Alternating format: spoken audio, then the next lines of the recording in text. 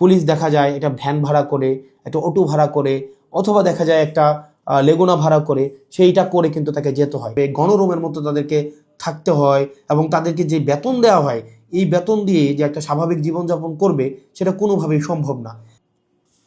আসসালামু আলাইকুম। ধরেন আপনার এলাকায় এই মুহূর্তে আপনার পাশ দিয়ে বয়ে চলা নদীতে একটা লাশ ভেসে উঠলো, তখন আপনি তৎক্ষণাৎ পুলিশকে খবর দিলেন যে এই লাশটাকে উদ্ধার করার জন্য, যে এই লাশটা এসে উদ্ধার করে পোস্টমর্টেম করে যে আইনগত প্রক্রিয়া আছে সেগুলো মেনটেন করার জন্য পুলিশ আসলেন। পুলিশ এসে সেই লাশটা আপনার বাসা থেকে ফর এক্সাম্পল 50 কিলোমিটার দূরে আপনার সদর হসপিটালে নিয়ে গেলেন। সেখানে পোস্টমর্টেম করা, সেখানে হচ্ছে ডোমকে রাজি করানো, তারপর হচ্ছে জানাজা, দাফন কাফন, এই প্রত্যেকটা কার্যক্রম পুলিশ নিজে উপস্থিত থেকে করলেন বা করেন। এটাই, পুলিশ ছাড়া এই কার্যক্রমগুলো কেউ করে না। অথবা কেউ হারিয়ে গেলেন, অথবা কেউ আত্মহত্যা করলেন, এই যে কার্যক্রমগুলোকে আমরা পুলিশকে দিয়েই হচ্ছে আমরা করতে হয়। এখন কয়েকটা প্রশ্ন এখানে। আপনার বাসা থেকে বা নদীর পাড় থেকে লাশটা জেলা সদরে নিয়ে যাওয়ার জন্য যে খরচটা হয়েছে, অ্যাম্বুলেন্স ম্যানেজ করা, ডোম ম্যানেজ করা, হসপিটালের যে খরচ, এই খরচটা আসলে কে দেয়? এই খরচটা দেয় হচ্ছে সেখানে নিয়োজিত যিনি দায়িত্বপ্রাপ্ত এসআই, কনস্টেবল বা যিনি যান, পুলিশের যে সদস্য যান, তাকেই কিন্তু এই খরচটা বহন করতে হয়। যেই 10-15 হাজার টাকা খরচ হয়, তাকে এই খরচটা বহন করতে হয়।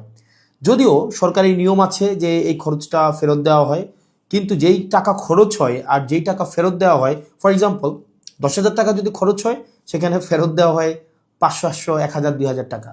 তো সেটা দেখা যায় খরচ হওয়ার তুলনায় প্রাপ্তির যেই ব্যবধান, সেটা দৃশ্যমান অনেক বেশি ব্যবধান। তো এই পুরো খরচটা কিন্তু পুলিশকেই বহন করতে হয়।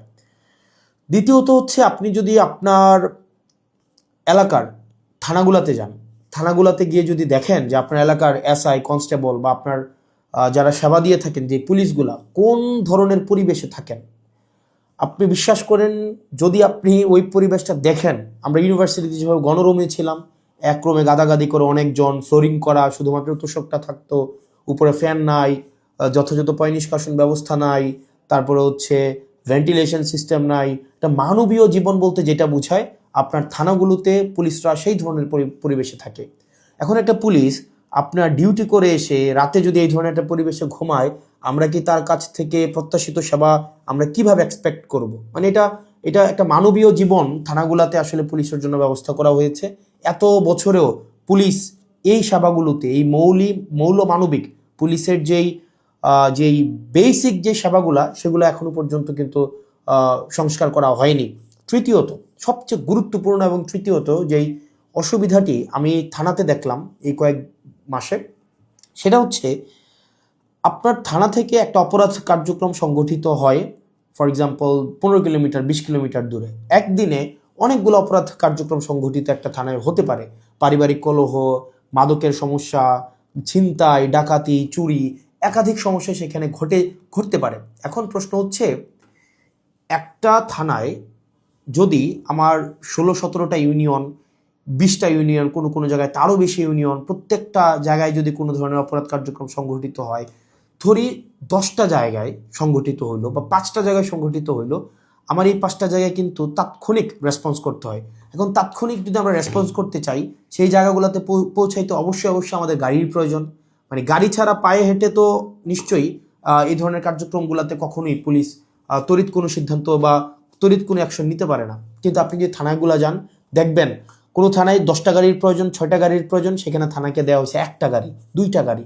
এখন পুলিশ তো আর বাসায় বসে থাকে না। আপনি কল দিলেন যে এখানে ঝামেলা হয়েছে, মানুষ মারা গিয়েছে, চুরি হয়েছে, খুন হয়েছে, পুলিশ কিন্তু আসতে হয়। তাহলে পুলিশ কিভাবে আসে?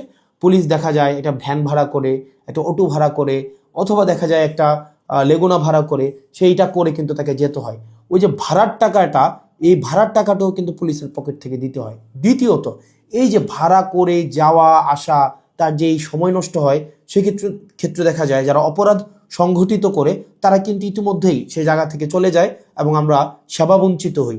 সেজন্য আপনি যদি পুলিশকে যুগোপযোগী করতে চান, পুলিশকে যদি আপনি হচ্ছে তার সেবা তাৎক্ষণিক জনগণের কাছে পৌঁছাইতে চান, অবশ্যই তার ট্রান্সপোর্টেশন ব্যবস্থাটা অবশ্যই যথাযথভাবে করতে হবে।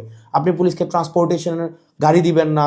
গাড়ি বলতে এখানে একটা পুলিশকে একটা গাড়ি, এটা বোঝানো হয় নাই।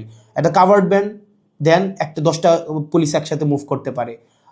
তারপর হচ্ছে একটা থানায় যদি আপনি 5টা 6টা গাড়ি দেন, তাহলে সেক্ষেত্রে কিন্তু ওই এলাকার অপরাধ কার্যক্রম অবশ্যই দৃশ্যমান কমে আসবে, কারণ পুলিশ ইমিডিয়েট রেসপন্স করতে পারবে। কারণ পুলিশ যদি ইমিডিয়েট রেসপন্স করতে না পারে, অপরাধ সংঘটিত হয়ে যাওয়ার পরে যদি রেসপন্স করতে হয়, সেক্ষেত্রে দেখা যায় দিন শেষে অপরাধী কিন্তু পালিয়ে যায়। সেজন্য পুলিশের দক্ষতা, পুলিশের সেবা যদি আপনি জনগণের দ্বারগোড়া পৌঁছাতে চান, অবশ্যই আপনার ট্রান্সপোর্টেশনের ব্যবস্থা উন্নতি করতে হবে। এখন আমাদের বর্তমান বিদ্যমান যে পুলিশ ব্যবস্থা রয়েছে, এই পুলিশ ব্যবস্থার থানাগুলোতে, আমি থানাগুলোর কথা বলবো, থানাগুলোতে তাদের অ্যাকোমোডেশন সমস্যা, তাদের বাসা, তাদের থাকার জায়গা নাই ঠিকঠাকভাবে, গণরুমের মতো তাদেরকে থাকতে হয়, এবং তাদেরকে যে বেতন দেওয়া হয়, এই বেতন দিয়ে যে একটা স্বাভাবিক জীবনযাপন করবে, সেটা কোনোভাবেই সম্ভব না।